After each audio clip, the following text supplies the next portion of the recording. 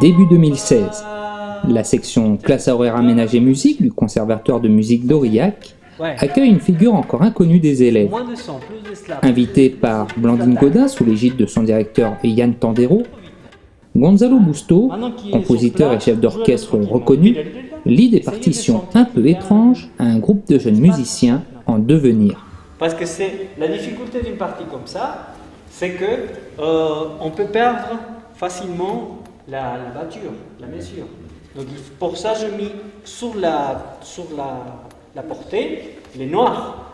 Ces noirs sont un repère de où on est. Vous voyez? On va sur ponticello, sur le chevalet, 2, 3.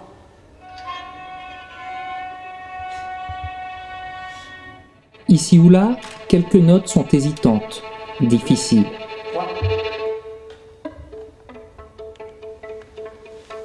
La tension articulaire et le manque de relâchement requis les rendent parfois approximatives.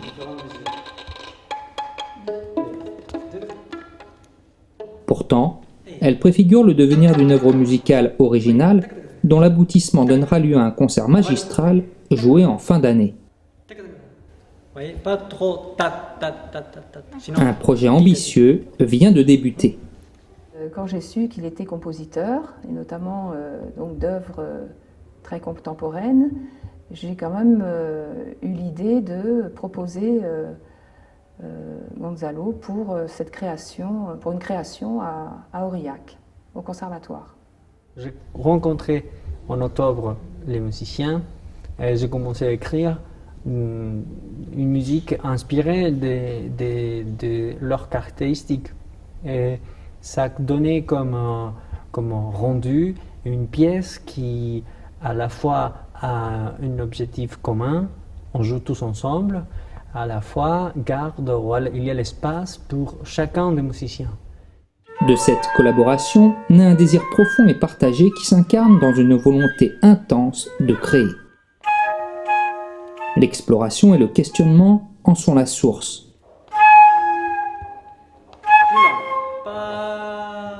Se dessine alors la nécessité d'élaborer une méthode de travail pour développer la pièce musicale encore à l'ébauche. Après les premières rencontres, j'ai eu un temps pour écrire et déjà en février, j'ai commencé à envoyer des partitions. J'ai commencé à venir une fois par mois jusqu'à la création et pour rencontrer et voir le travail que les profs de chaque cours, de chaque classe a mené jusqu'à là. Nous avons travaillé, chaque professeur, avec un groupe d'élèves.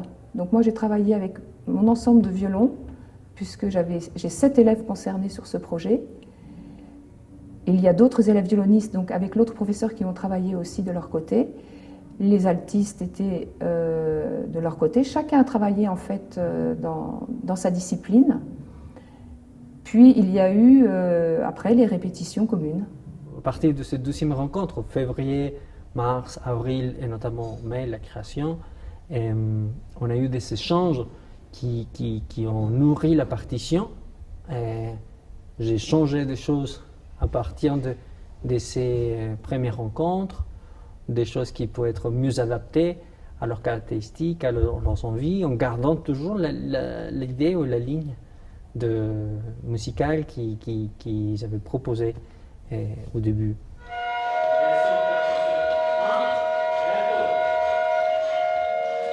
Plongé dans cette aventure musicale et humaine fascinante, Gonzalo Bustos guide et inspire ses groupes de musiciens éclectiques.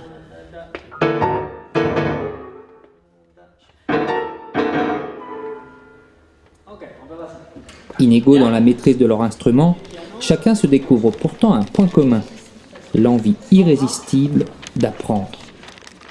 Je me rappelle que ça faisait bizarre de chiffrer ça parce que c'était pas du tout dans nos habitudes. Au début on a trouvé pas ça très joli quand on jouait juste ensemble, que les violons, voilà. Et quand on jouait tous ensemble en répétition, c'était beau.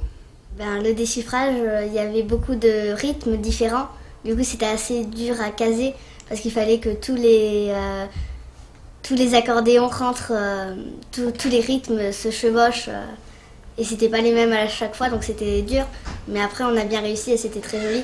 les accordéons tout seul, ça faisait beau. Et tout le monde, c'était encore plus beau. On a échangé avec les professeurs parce que les professeurs devaient nous donner des conseils pour approfondir aussi notre technique, la façon de jouer. Ça nous a beaucoup aidé. Et oui, voilà, c'est... Les élèves, quand on leur a donné les partitions, on s'est tout de suite rendu compte que ça allait être difficile finalement, parce que il a l'habitude de composer des pièces de musique contemporaine pour des musiciens professionnels, je pense à la base. Et là, il a réussi quand même à composer des choses pour des plus petits niveaux. Mais c'était quand même assez balèze, il y a pas mal d'élèves qui nous ont dit ça c'est très difficile finalement, et même nous on s'en est rendu compte. Mais c'est ça qui a été assez impressionnant, c'est qu'ils ont réussi à s'adapter et à progresser très rapidement par rapport à la partition qu'ils avaient à la base. Et il y a eu très peu de choses finalement qui ont été modifiées. Si avec le plus petit, on n'a pas de filtre, il n'y a pas de distance dans une musique qui est nouvelle, ça veut dire que ça donne de l'espoir aussi, à continuer à créer.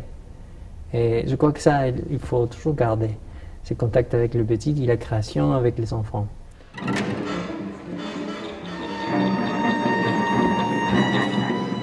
Les répétitions s'enchaînent. Dans ce flux ininterrompu de notes, tous consacrent leur énergie et leur motivation pour être à la hauteur de l'enjeu.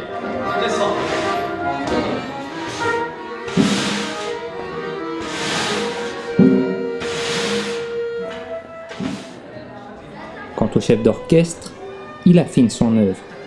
Il tente de trouver l'équilibre entre le visible et l'invisible, le son et le silence.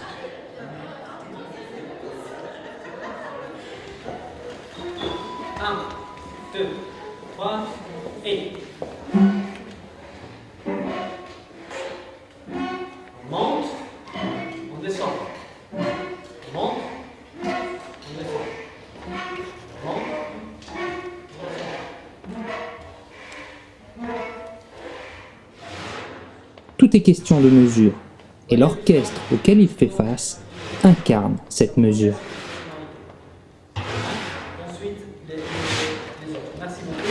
Jouer en orchestre implique ne pas jouer, savoir comment on ne joue pas. C'est-à-dire la compte, par exemple, dans un côté très technique, et de se connecter dans le silence. C'est un autre challenge qui sont très très bien réussis.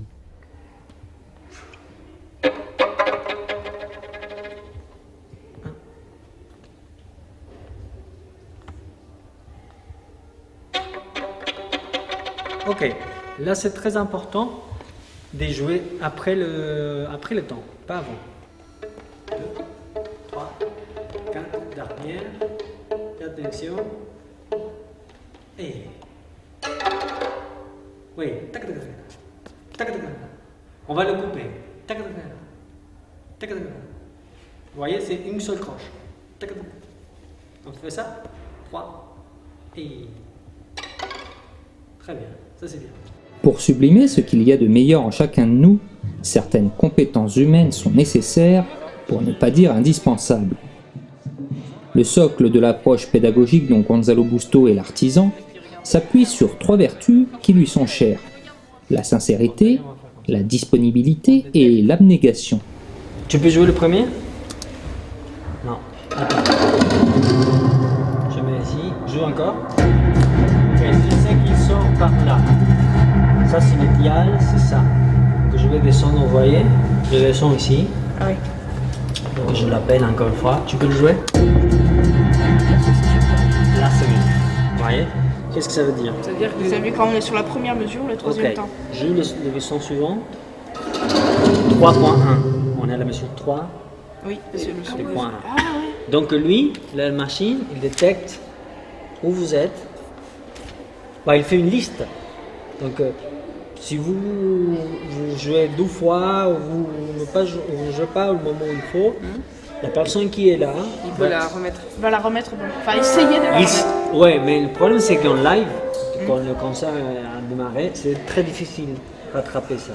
Mais au moins maintenant, on va avoir un contrôle si vous jouez exactement pile poil dans le moment où il faut jouer. Le fait que le compositeur soit là, ça rend les choses très, très vivantes, beaucoup plus concrètes et beaucoup plus abordables, enfin beaucoup plus humaines tout simplement, puisque on a affaire à un homme, à un humain. C'est vrai que les compositeurs qu'on joue traditionnellement ne sont plus de ce monde, donc c'est un autre rapport, quoi, et c'est voilà, du côté humain, très, très, très enrichissant. Gonzalo, il a été vraiment adorable, que ce soit avec l'équipe pédagogique, mais comme les élèves. Il n'y a jamais eu un mot plus haut que l'autre. Les répétitions, il était hyper calme, hyper serein par rapport à ce qu'il devait faire. Et les élèves l'ont très bien compris, quoi, qu'en face, il y avait voilà, une vraie personnalité, des idées très, très fondées, très intelligentes. C'était ça, c'était très intelligent tout ce qu'il a fait. C'est facile de discuter avec lui. On le comprend très facilement. Sa musique nous paraît compliquée au départ et finalement c'est relativement simple à comprendre. À jouer, ça c'est autre chose. Une fois qu'on a dépassé la technique, c'est simple. C'était tout à fait adapté à nos élèves. Le conservatoire de musique est un outil merveilleux. Ici, la création et la pratique se confondent pour donner naissance à des œuvres uniques.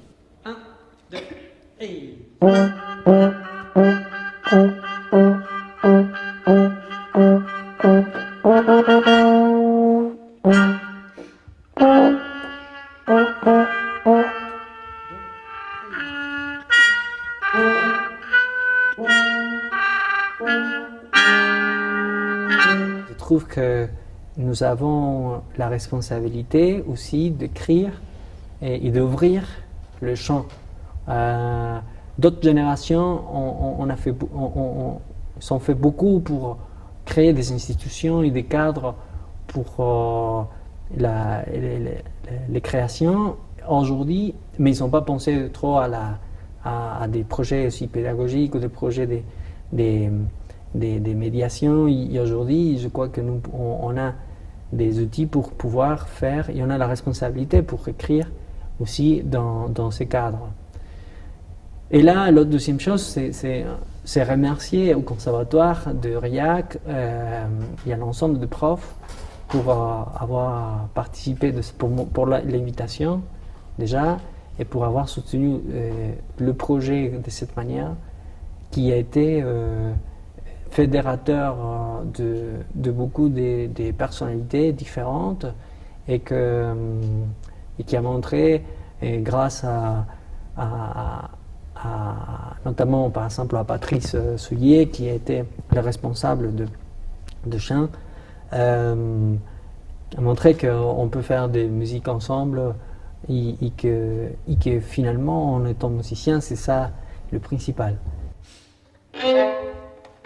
Le son est la conséquence d'une vibration envahissant les espaces qui eux-mêmes tendent à gommer le bruit.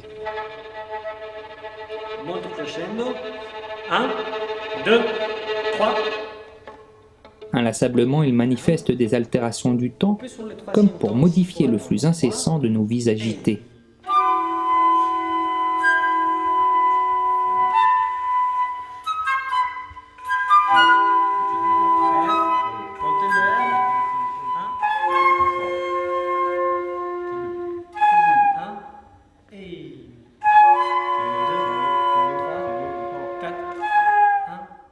La musique nous invite à connecter cette aptitude qui scintille encore en nous. J'espère être un enfant toute ma vie et je souhaite ça pour tout le monde. Et on peut s'identifier avec les enfants quand on travaille avec eux.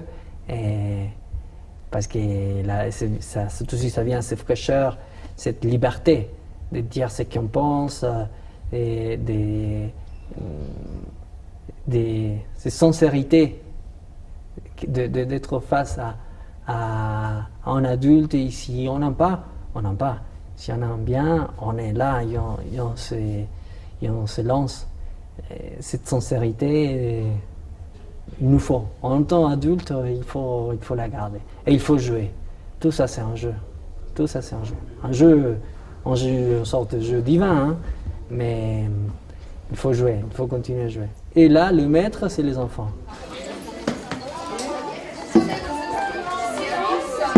Unis dans un projet avant tout artistique, mais aussi profondément humain, chaque participant pourra se féliciter d'avoir contribué à la création d'une œuvre unique, mais aussi de souvenirs qui demeureront impérissables.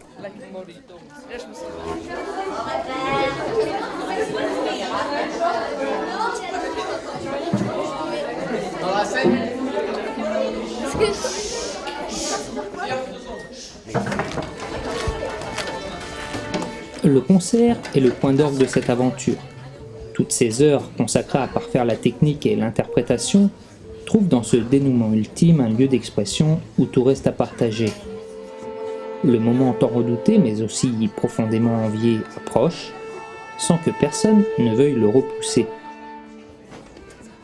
Les uns trépignent, les autres se concentrent, mais tous sont impatients de révéler au public leur création.